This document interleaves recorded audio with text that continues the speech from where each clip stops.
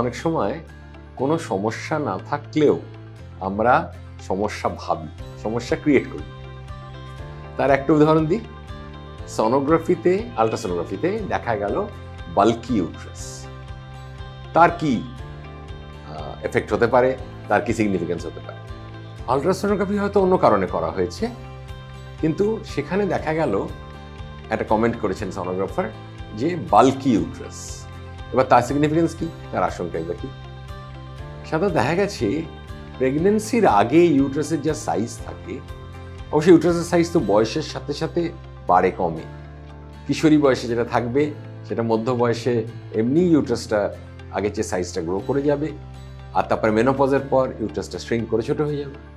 তাছাড়াও প্রেগনেন্সির আগে যে সাইজটা থাকবে, প্রেগনেন্সির সময় তো একটা বাচ্চাকে ক্যারি করেছে ইউট্রাস, একটা 2.5 কেজি, 3 কেজি, 3.5 কেজির বাচ্চা, ফলে ইউট্রাসটা অনেকটা বড় হয়ে যায়।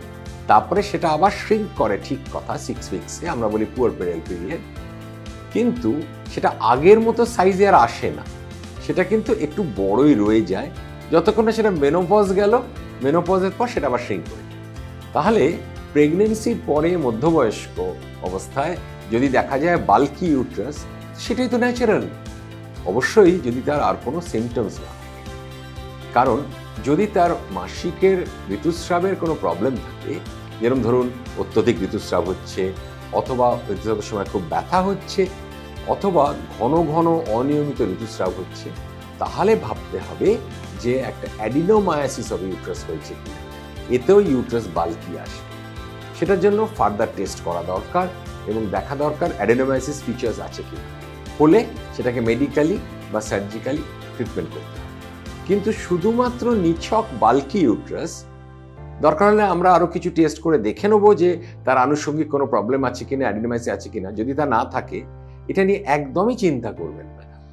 আসল কথা পেশেন্টকে আশ্বস্ত করা যে বাল্কি ইউট্রাস কোনো সমস্যাই নেই, বরং সেইখানে দাঁড়িয়ে আমরা বলবো রেগুলার প্যাপ স্মিয়ার করা উচিত, এটা একটা স্ক্রিনিং টেস্ট।